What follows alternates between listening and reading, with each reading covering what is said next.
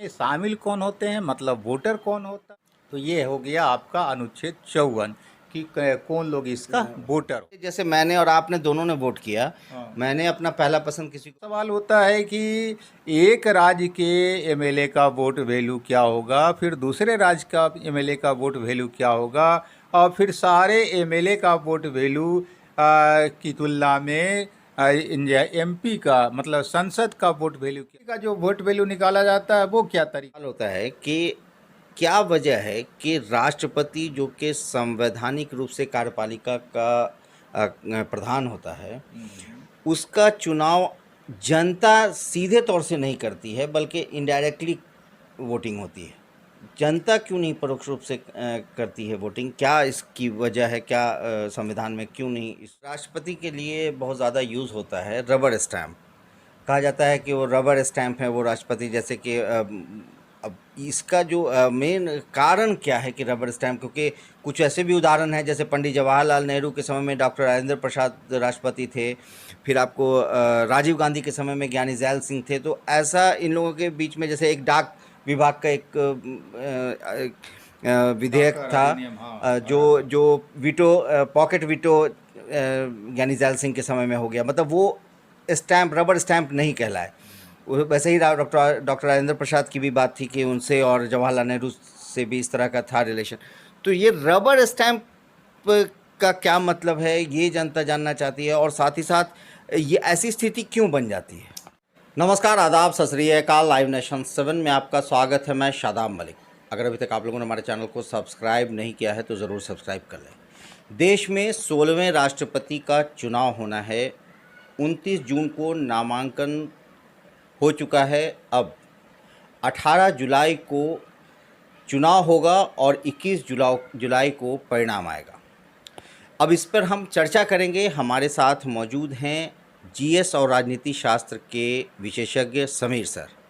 हम उनसे चर्चा करेंगे इस बात पर कि भारत में संवैधानिक रूप से कार्यपालिका का प्रधान राष्ट्रपति होता है, तो आखिर क्या वजह है कि राष्ट्रपति का चुनाव सीधे तौर से जनता के द्वारा नहीं कराया जाता। उसके साथ साथ हम ये भी चर्चा करेंगे कि जो आम लोग हैं उन्हें ये बात कितनी समझ में आती है कि राष्ट्रपति का चुनाव किस तरह से होता है, किस तरह से वोटिंग होती है, क्या वोटिंग का तरीक़ा होता है, क्योंकि आम जनता वोट नहीं देती है, मगर आखिर जो वोटिंग होती है वो किस आधार पर होती है, और कई तरह की चर्चाएं हम इससे जुड़ी करेंगे, ख़ास के उन अभ्यर्थियों के लिए भी जो किसी कंपटीशन यानी प्रतियोगिता परीक्षा की तैयारी कर रहे हैं, उन्हें भी इससे कई तरह की जानकारी मिल सके। सर, लाइव नेशन 7 में आपका स्वागत है। धन्यवाद सर, सबसे पहला सवाल तो मैं ये करना चाहूँगा कि जिस तरह से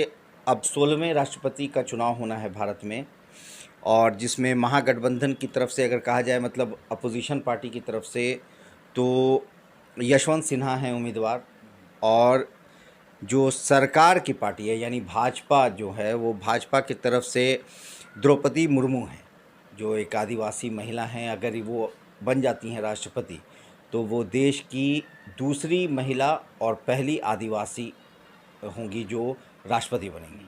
तो सर, इस पर हमें चर्चा करना है। पहले तो ये कि आम लोगों को ये समझ में आए कि इसकी वोटिंग होती कैसे है, क्या उसका आधार है, और किस तरह से वोट को काउंट किया जाता है। देखिए, राष्ट्रपति का जो चुनाव होता है हमारे देश में, उसका चर्चा भारतीय संविधान के अनुच्छेद 54 और 55 में मिलता है। 54 कहता है कि राष्ट्रपति का जो चुनाव होगा उसमें कौन वोटर होगा। तो कहता है कि राष्ट्रपति का चुनाव एक निर्वाचक मंडल के द्वारा होगा, जिसको अंग्रेजी में इलेक्टोरल कॉलेज कहा जाता है। तो अब सवाल होता है कि ये इलेक्टोरल कॉलेज या निर्वाचक मंडल क्या है। तो इसको ऐसे समझा जाए कि राष्ट्रपति के चुनाव में जो वोटर होते हैं, तो उन्हीं का ग्रुप जो होता है, उन्हीं का जो समूह होता है, वही निर्वाचक मंडल कहलाता है। अब है कि इसके निर्वाचक मंडल में शामिल कौन होते हैं, मतलब वोटर कौन होता है। तो वोटर वो होता है जिसको आम जनता पहले चुनाव में जिता करके भेज चुका हो, चाहे वो एमएलए हो या एमपी हो। मतलब क्या कि जनता इस चुनाव में वोटिंग नहीं करती है। जनता के द्वारा जो पहले से निर्वाचित एमएलए या एमपी है वो इसके चुनाव में वोटर के रूप में भाग लेता है, मतलब निर्वाचक मंडल में शामिल होता है। जनता के जो प्रतिनिधि हैं वो ही इसमें जनता का जो प्रतिनिधि है, जैसे लोकसभा और विधानसभा का जो और राज्यसभा का सदस्य, वही इसमें भाग लेता है। अब सवाल है कि इसमें भाग कौन नहीं लेता है। तो भाग नहीं लेता है लोकसभा और राज्यसभा में जो नॉमिनेटेड सदस्य होते हैं, जिसको कि राष्ट्रपति नॉमिनेट करते हैं। राज्यसभा में हम लोग जानते हैं कि 12 एमपी को राष्ट्रपति नॉमिनेट करते हैं। लोकसभा में 2 को किया जाता था, जो कि एंग्लो इंडियन समुदाय का होता था, लेकिन अब वो व्यवस्था समाप्त कर दिया गया। और फिर हर एक विधानसभा में एक एमएलए राज्यपाल के द्वारा नॉमिनेट होते थे, वो भी एंग्लो इंडियन, तो वो भी अब व्यवस्था रहा नहीं। लेकिन जो राज्य विधानमंडल में विधान परिषद होता है, मतलब जो एमएलसी कहलाते हैं, वो लोग भी इस चुनाव में भाग नहीं लेते हैं। तो ये जो है भाग लेने वाले और नहीं लेने वाले, एमएलसी भी भाग नहीं लेते, एमएलसी भी भाग इसमें नहीं लेता। तो ये हो गया आपका अनुच्छेद 54 कि कौन लोग इसका वोटर हो। तो अब सर इसमें सवाल उठता है कि वोटर जो लोग हैं उसका क्या है, मतलब राज्य के हिसाब से तो क्या उसी का चर्चा अगले अनुच्छेद मतलब 55 में किया गया है संविधान में। वह कहता है कि राष्ट्रपति का जो चुनाव होगा वह सिंगल ट्रांसफरेबल वोट सिस्टम के द्वारा और आनुपातिक मत पद्धति के द्वारा होगा। उसको हिंदी में एकल संक्रमणीय मत पद्धति और अन्य समानुपातिक वोट सिस्टम कहा जाता है। तो यहाँ पर हमको पहले ये दोनों टर्म समझ लेना होगा कि एकल संक्रमणीय मत प्रणाली क्या है, सिंगल ट्रांसफरेबल वोट सिस्टम क्या है।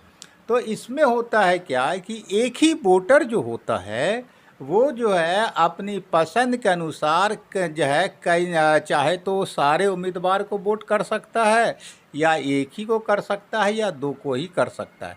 मतलब क्या है कि अगर हम एमपी या एमएलए हैं तो हम वोट करने जाएंगे राष्ट्रपति के चुनाव में, तो मान लीजिए कि 4 उम्मीदवार खड़ा है, तो हम अपनी पसंद के अनुसार वहाँ पर जो है चिन्ह लगाएंगे कि 1 नंबर का मेरा कौन पसंदीदा उम्मीदवार है, उसके बाद दूसरे नंबर का कौन पसंदीदा है, तीसरे नंबर का कौन है, चौथे नंबर का कौन है। तो वो हमारी मर्जी है कि सारे उम्मीदवार में को हम पसंद के आधार पर अपना वोट डाल दें, या 1 या 2 को ही डाल करके वापस आ जाए। तो यही जो है सिंगल ट्रांसफरेबल वोट सिस्टम होता है। और जो है उसके बाद फिर होता है कि एक जो वोट की गिनती होती है वो वरीयता क्रम के आधार पर होती है। पहला जो है पहला पसंद का वोट सबसे पहले गिना जाता है, उसमें जो लोग नहीं जीतता है तब जाकर के दूसरे पसंद का वोट का गिनती होता है। तो ये जो सिस्टम है यही कहलाता है सिंगल ट्रांसफरेबल वोट सिस्टम। अब तक के हमारे देश यानी पहले जैसे मैंने और आपने दोनों ने वोट किया, हाँ। मैंने अपना पहला पसंद किसी को बताया, आपने अपना पहला पसंद बताया, फिर दूसरा बताया, तो यानी जो काउंट होगा पहले सिर्फ पहला वाले को दिखाया जाएगा कि पहले वाले को कितनी ज़्यादा वोटिंग आई। हाँ, तो उसमें ऐसे समझिए कि हम लोग जब एमपी या एमएलए को वोट देते हैं तो क्या होता है कि एक वोटर एक ही उम्मीदवार को वोट दे सकता है। लेकिन राष्ट्रपति के चुनाव में ये छूट है कि भाई आप एक वोटर हैं, लेकिन आपकी मर्जी, एक वोटर एक उम्मीदवार को वोट दीजिए, या सारे उम्मीदवार को वोट दीजिए, या 2 या 3 को देकर छोड़ दीजिए। वो अपनी प्रायोरिटी पसंद के हिसाब से 1 नंबर 2 नंबर 3 नंबर करके आप वोट डाल दीजिए। अब है कि वोट की जो गिनती होती है वो सबसे पहले पहली पसंद की वोट की गिनती होती है, और उसमें एक न्यूनतम कोटा फिक्स किया गया है कि जितना वोट गिरा और उसमें से जो वैध वोट निकला, मतलब सही वोट निकला, उसका मोर देन 50% जिस उम्मीदवार को वोट आएगा वो जीत जाएगा। और अगर मान लीजिए पहले पसंद में कोई उम्मीदवार नहीं जीत सका, मतलब न्यूनतम कोटा मिनिमम कोटा मतलब 50% से ज़्यादा वोट नहीं ला सका, तब क्या होता है कि दूसरे जैसो पसंद की वोट की गिनती होती है, सेकंड प्रायोरिटी की वोट की गिनती होती है। तो खैर उस पर तो हम बाद में चर्चा करेंगे। तो ये हो गया आपका सिंगल ट्रांसफरेबल वोट सिस्टम। और उसके बाद फिर दूसरा इसी का एक पार्ट जो था वो अनुपातिक जैसो प्रणाली। तो अनुपातिक व्यवस्था जो है वह हम लोग क्या देखते हैं कि एक एमपी कम से कम लगभग 10 लाख के वोटर का प्रतिनिधित्व करता है। एक एमएलए कम से कम 3 लाख वोटर का प्रतिनिधित्व करता है। और फिर हम राज्यों में भी देखते हैं कि जो है बिहार और यूपी में एक एमएलए का विधानसभा क्षेत्र बहुत बड़ा होता है, वहाँ बहुत ज़्यादा वोटर होता है।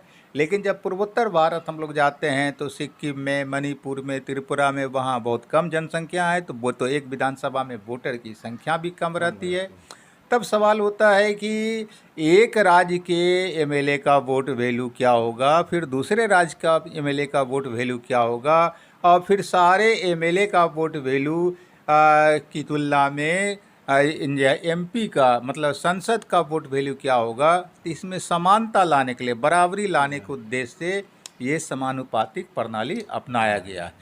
तो ये जो है आपका वोटिंग सिस्टम है। अब हम लोग इसमें ये देखें कि ये चुनाव होता कैसे है। तो जैसा कि कहा कि कई उम्मीदवार है, अपना उम्मीदवार खड़ा हो गया। अब हम वोटर हैं, हमारी पसंद, हम वोट डालने गए, एक को वोट दे के आवे, या सबको दें या 2-3 को। तो अपनी पसंद के अनुसार 1 2 3 4 अपना प्रायोरिटी का टिक मार दिया। अब है कि जब वोट की गिनती होगी तो सबसे पहले जो है पहले पसंद की वोट की गिनती होगी। तो वहाँ अगर न्यूनतम कोटा जो फिक्स किया गया है कि मोर देन 50% वैध मतों का, अगर मान लीजिए 4 में से कोई एक उम्मीदवार ले आया, सपोज कर लिए कि 100 वैध वोट गिरा, तो 100 वैध वोट गिरा, सही वोट गिरा, तो मोर देन 50 क्या होगा, 51 वोट। तो अगर पहली पसंद की वोट की गिनती में ही किसी को 51 वोट आ गया तो वो विजेता होगा। उसके बाद सेकंड, थर्ड या फोर्थ पसंद की गिनती नहीं होगी। लेकिन अगर प्रथम जो है वरीयता क्रम या चॉइस की गिनती में किसी को मोर देन 50 नहीं हुआ, तब क्या होगा। तब फिर संविधान में व्यवस्था है कि भाई तब आगे की प्रक्रिया होगी। आगे की प्रक्रिया क्या होगी, तो सबसे पहले यह देखा जाएगा कि जो है प्रथम वरीयता क्रम में सबसे कम वोट किसको आया था पहला पसंद में। तो 4 में से जिस किसी व्यक्ति को सबसे कम आया, मान लीजिए किसी को 45 आया, किसी को 5 आया, किसी को 15 आया, किसी को 25 आया, तो यहाँ पर सबसे कम आया 5 वाले को, तो 5 वाले को गिनती से बाहर कर दिया जाएगा। जाओ भाई तुम मैदान से बाहर, अब जो है तुम्हारी यहाँ पे कोई उपयोगिता नहीं रह गई। तो बचा अब 3 उम्मीदवार। तो 3 उम्मीदवार के लिए अब सेकंड वरीयता क्रम की वोट की गिनती होगी। लेकिन उसमें क्या होगा कि जिस उम्मीदवार को सबसे कम वोट आया था और उसको जो मैदान से बाहर कर दिया गया, तो उसका वोट देखा जाएगा कि सेकंड वरीयता क्रम में जो है उसको जो उसका वोट जो था किसको मतलब किस उम्मीदवार को मिला। मतलब प्रथम वरीयता क्रम में तो उसको बाहर किया गया, उसी में देखा जाएगा कि द्वितीय वरीयता क्रम का वोट जो इसका जो था उसमें से किस उम्मीदवार के फेवर में था। तो मान लीजिए किसी के फेवर में 10 आया होगा, किसी के फेवर में 5 आया होगा, किसी के फेवर में 15 आया होगा। तो जिसके फेवर में जितना वोट आया होगा बाकी 3 के हिस्से में बांट दिया जाएगा और द्वितीय वरीयता क्रम की गिनती होगी। तो ये सारा वोट प्रथम वरीयता क्रम के वोट में जुड़ता चला जाएगा और फिर वहाँ पर देखा जाएगा कि क्या द्वितीय वरीयता क्रम की गिनती के बाद किसी को मोर देन 50 आया कि नहीं आया। तो मोर देन 50% जिसको आ जाएगा वहीं पर वो विजेता हो जाएगा। और अगर सपोज कर लीजिए यहाँ भी किसी को नहीं आया, तब फिर वही हाल किया जाएगा कि द्वितीय वरीयता क्रम में जिसको सबसे कम वोट आया होगा उसको बाहर कर दिया जाएगा और तीसरी वरीयता क्रम की वोट की गिनती होगी। और तीसरी वरीयता क्रम की जो वोट की गिनती होगी तो दूसरी वरीयता क्रम में जिसको बाहर किया गया था तो उसका देखा जाएगा कि तीसरी वरीयता क्रम में किसको वोट आया था इसके हिस्से में, तो वो वोट फिर जो है सो तीसरे राउंड में बांट दिया जाएगा शेष बचे उम्मीदवारों के बीच में। तो ये जो है आपको कंडीशन होता है। और लास्ट ऐसा करते करते जब कोई एक उम्मीदवार बच जाता है छांटते छांटते, तो वह स्वतः विजेता हो जाता है। तो ये होता है आपका उसका निर्वाचन का तरीका। अच्छा सर, जो विधानसभा में जो आपने बताया कि जो वोट मतलब एक एमएलए है तो उसका वोट का वैल्यू क्या है, तो ये तो जहाँ तक मेरी जानकारी है कि जो आबादी है उस राज्य की और जो विधानसभा में जो कुल सदस्य हैं उससे उनको भाग देने के बाद जो ही ना उसका वोट का देखिए जो है सो वो जो समानुपातिक मत पद्धति का हम चर्चा किया, तो वो है कि एमएलए और एमपी के वोट वैल्यू में समरूपता लाने के लिए जो है व्यवस्था किया गया है, ये तरीका रखा गया। तो ये वोट वैल्यू निर्भर करता है किसी भी राज्य के एमएलए का, आपको वहाँ की कुल जनसंख्या और जो है वहाँ के कुल निर्वाचित एमएलए की सदस्य संख्या। सपोज कर लीजिए कि बिहार की जनसंख्या 5 करोड़ है, तो टोटल जनसंख्या, और बिहार में निर्वाचित एमएलए 200 है, तो बिहार की कुल जनसंख्या में बिहार के जो टोटल निर्वाचित एमएलए हैं उससे भाग दे दिया जाएगा, और जो भागफल निकलेगा उसमें नहीं, उसमें फिर 1000 से भाग दिया जाएगा। अच्छा, उसमें फिर 1000 से भाग दिया जाएगा, और तब जो भागफल निकलेगा वही भागफल वहाँ बिहार के एक एमएलए का वोट वैल्यू हो जाएगा। और अगर मान लीजिए ऐसा भाग देने के बाद शेष 500 से ज़्यादा बच जाता है, तब क्या होगा? तो कहता है कि तब जो है भागफल में एक और जुड़ जाएगा, एक और वोट वैल्यू जुड़ जाएगा। तो ये हो गया एक एमएलए का वोट वैल्यू। तो और उसी ढंग से मान लीजिए सिक्किम का सबसे कम वोट वैल्यू है, मात्र 7 है उसका मत वैल्यू, और उत्तर प्रदेश का 208 सबसे ज़्यादा है।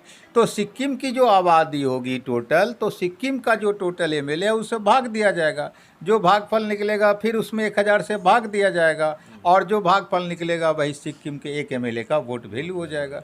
तो इस तरह से हर एक राज्य के टोटल एमएलए का वोट वैल्यू निकाल लिया जाता है, और जब हर एक राज्य के टोटल एमएलए का टोटल वोट वैल्यू निकाल लिया जाता है, तब जा कर के फिर एमपी का वोट वैल्यू निकाला जाता है। एमपी का जो वोट वैल्यू निकाला जाता है वो क्या तरीका है? वो तरीका है कि भारत के सभी राज्यों के सभी एमएलए के लिए जो वोट वैल्यू निकला उसमें भाग दिया जाता है टोटल निर्वाचित एमपी से, मतलब लोकसभा राज्यसभा का जो निर्वाचित एमपी है उसको टोटल करके भाग दे दिया जाता है, और जो भागफल निकलता है वही भागफल एक एमपी का वोट वैल्यू होता है, और फिर उसी से सारे एमपी को आप मल्टीप्लाई कर दीजिए, गुना कर दीजिए, टोटल एमपी का वोट वैल्यू निकल जाता है।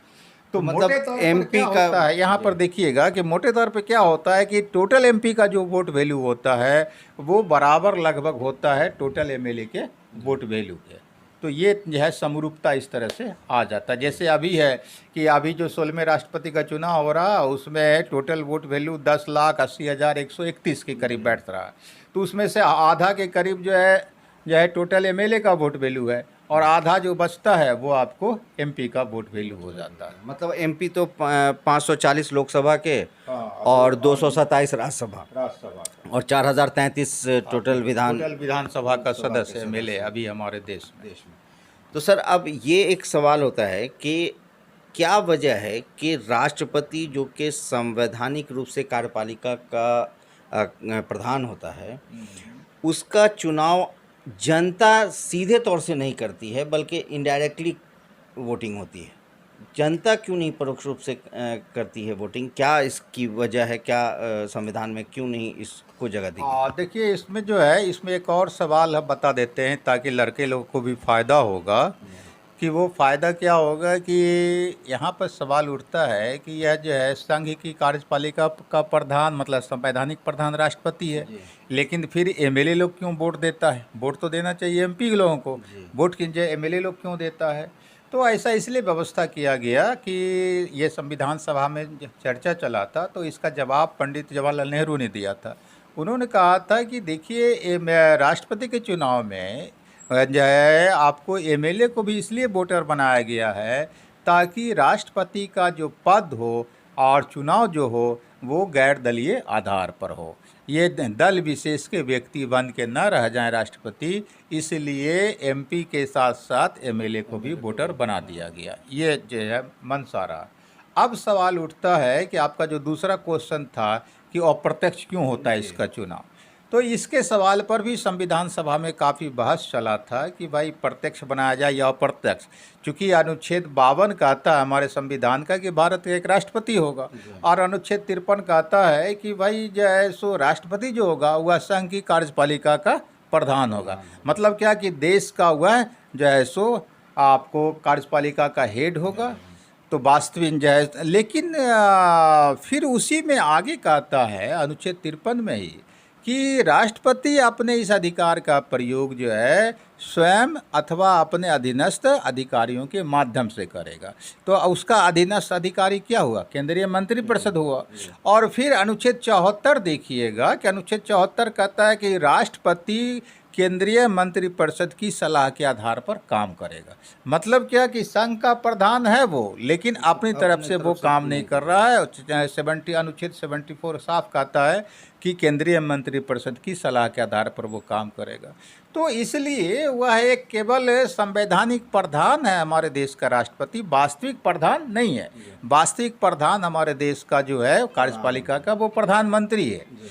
तो इसलिए जो है संविधान सभा में ये सवाल पैदा हुआ कि जब राष्ट्रपति को वास्तविक प्रधान बनाना ही नहीं है, केवल एक जो है संवैधानिक प्रधान सिंबॉलिक बना के रखना है, तो फिर जो है इनका चुनाव प्रत्यक्ष रूप से जनता के माध्यम से क्यों कराया जाए?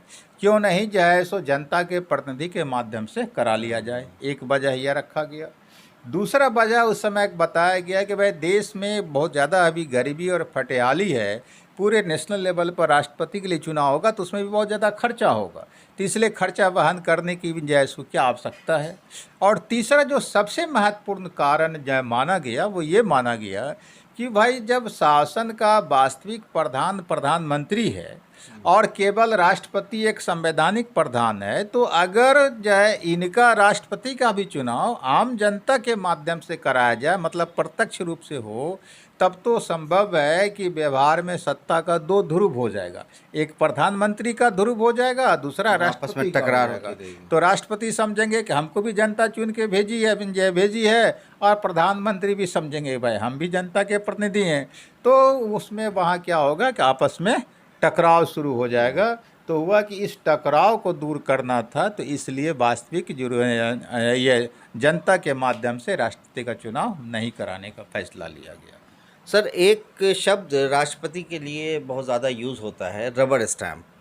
कहा जाता है कि वो रबर स्टैम्प है वो राष्ट्रपति, जैसे कि अब इसका जो मेन कारण क्या है कि रबर स्टैम्प? क्योंकि कुछ ऐसे भी उदाहरण हैं, जैसे पंडित जवाहरलाल नेहरू के समय में डॉक्टर राजेंद्र प्रसाद राष्ट्रपति थे, फिर आपको राजीव गांधी के समय में ज्ञानी जैल सिंह थे। तो ऐसा इन लोगों के बीच में जैसे एक डाक विभाग का एक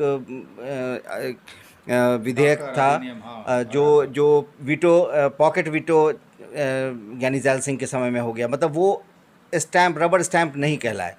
वैसे ही डॉक्टर राजेंद्र प्रसाद की भी बात थी कि उनसे और जवाहरलाल नेहरू से भी इस तरह का था रिलेशन। तो ये रबर स्टैम्प का क्या मतलब है, ये जनता जानना चाहती है, और साथ ही साथ ये ऐसी स्थिति क्यों बन जाती है?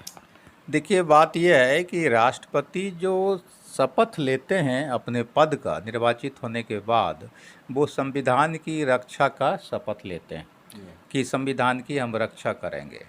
तो जाहिर सी बात है कि अगर राष्ट्रपति की नज़र में संविधान के विपरीत जो है सो सरकार काम करेगी, तो वहाँ पर संविधान की रक्षा के लिए वो कदम उठा सकते हैं। लेकिन विवाद कहाँ पर या भ्रम की स्थिति कहाँ पर पैदा होता है, वो आपको अनुच्छेद 74 अनुच्छेद 53 के चलते। चूँकि अनुच्छेद 53 कहता है राष्ट्रपति संघ का प्रधान होगा कार्यपालिका का, और अपने इस पावर का उपयोग वह खुद कर सकता है या अपने अधीनस्थ अधिकारी के माध्यम से कर सकता है, मतलब मंत्रिपरिषद के माध्यम से कर सकता है। तो यहाँ पर लगता है कि राष्ट्रपति बहुत पावरफुल है। लेकिन जब अनुच्छेद 74 आइएगा तो उसमें कहता है कि राष्ट्रपति जो है मंत्रिपरिषद की सलाह के आधार पर काम करेंगे, बहुत करेंगे तो एक बार वो मंत्रिपरिषद की सलाह को वापस कर सकते हैं, लेकिन दोबारा वही सलाह अगर आ गया राष्ट्रपति के पास तो उनको मानना पड़ेगा। तो ये विवाद का जो और भ्रम की जो स्थिति है वही आर्टिकल 53 और आर्टिकल 74 है। तो इसमें जो है असल में राष्ट्रपति शांति काल के दौरान, मतलब जब देश में सामान्य परिस्थिति रहता है, तो उस दौरान राष्ट्रपति को अपने विवेक के आधार पर बहुत कुछ फैसला लेने का जो है सो मौका नहीं मिलता है। लेकिन जब देश में कुछ संवैधानिक संकट की स्थिति पैदा होती है, या देश में जब आपातकाल लागू होता है, या जब मान लीजिए लोकसभा में आपको किसी भी दल को विशेष बहुमत नहीं है, तब उस हालत में किसको प्रधानमंत्री बनाया जाए नहीं बनाया जाए, वहाँ पर जा कर के उनका कुछ पावर बन जाता है स्पष्ट रूप में। लेकिन सब कुछ के बावजूद अगर देखा जाए तो अगर एक नज़रिए से देखिएगा तो वो रबर स्टाम्प हो जाते हैं, लेकिन दूसरे नज़रिए से देखिएगा कि ये निर्भर करता है कि राष्ट्रपति की अपनी व्यक्तिगत हैसियत पर, पर्सनालिटी पर, सोच पर, कि किस तरह का व्यक्ति आज के डेट में या उस पद पर है।